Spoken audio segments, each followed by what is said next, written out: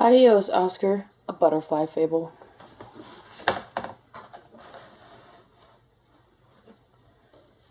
There was a house.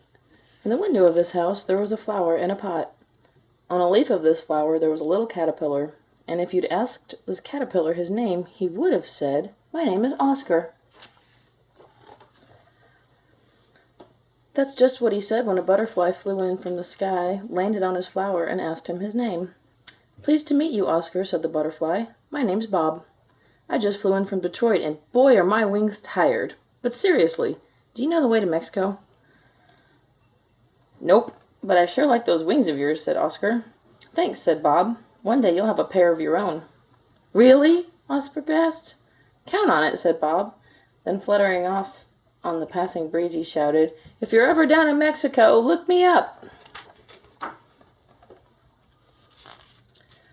Oscar crawled as fast as he could to tell his caterpillar friends all about the wings he was going to grow and how he was going to fly far away just like Bob the butterfly.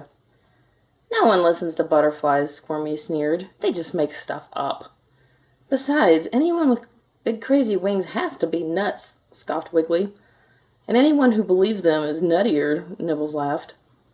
"Look at us," sang the three caterpillars. "We're Oscar the amazing flying nut." "You're starting to bug me," Oscar growled. "That's because we're bugs," they laughed. "That's what we do." Then they saw Ladybug, and off they went to prove their point by bugging her about the spots on her back. "Don't listen to them, they're knuckleheads," whispered a little voice. It was Edna the bookworm, peeping shyly from behind Oscar's flower pot. "But they might be right," said Oscar. "And they might be wrong," Edna suggested. "Want to find out?" Looking first this way and then that way, she silently motioned for Oscar to follow her. They crawled off the windowsill, then up a bookcase until they came to an old book made of shiny brown leather and decorated with gold.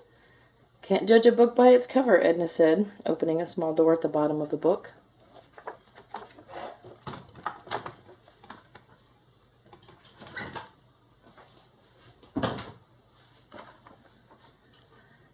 It was the door to a library. As far as Oscar could see, there was nothing but bugs, books, and bookworms reading them.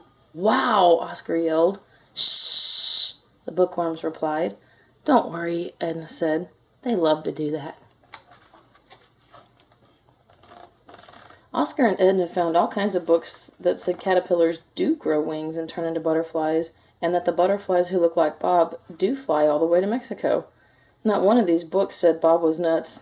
They said he was right. Oscar also studied maps. Mexico was thousands of miles away, which is quite far for someone whose whole world had been in a flower pot. It was a little scary, but the more Oscar found out about the different places he'd see and the different bugs he'd meet, the more he wanted to go there. Oscar also found out that they speak Spanish in Mexico, so he figured he'd like to do that too. He learned to say hello. Hola. He learned to say goodbye. Adios. He learned to introduce himself so everyone would know who was saying hello and goodbye. Hola, mi nombre es Oscar. "But will they know me when I'm a butterfly?" Oscar asked. "Sure," Edna replied. "No matter what you are, you'll always be Oscar." Too soon, the time came for Oscar to make that long caterpillar nap they'd read about. He'd sleep, and then when he woke up, he'd have wings. "Before you go, let's learn one more thing," said Edna, and they learned how to say goodnight. Buenas noches. Oscar went to sleep and dreamed of distant blue mountains and of all the new friends he'd meet as he rode the wind out of Cleveland all the way to Mexico. He slept, and he slept, and he slept some more. Then one day, Oscar woke up. As he yawned and wiggled out of his cocoon, he felt something else wiggle on his back. Wings! He had wings! But something wasn't right. He also had an appetite. A big one. And why was he craving socks? "Hey, Oscar!" Nibbles shouted from inside the closet. "Taste this designer sweater. It's yummy!" "Look at us," yelled Wiggly. "We're flying around a light bulb for no reason!" "Whee!" cried Squirmy. Fighting the urge to head for the light bulb, Oscar flew to the mirror instead. "Oh no!" he cried. Someone made a mistake. I'm not a butterfly. I'm a moth. Now Oscar would never ride the wind, and he would never see Mexico. And for the rest of his life, he'd fly around a light bulb or sit in a drawer eating old socks. Oscar tried to make the best of it. Even with nowhere to go, flying sure beat crawling, and socks actually tasted pretty good.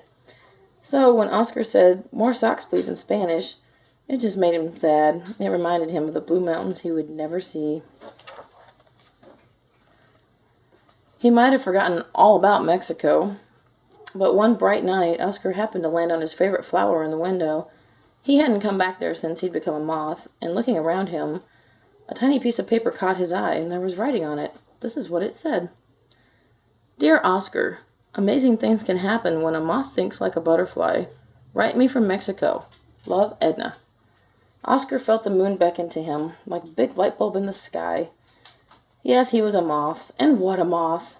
Adios, amigos, said Oscar. I've got a postcard to write. And off he soared up toward the moon and into the great night sky.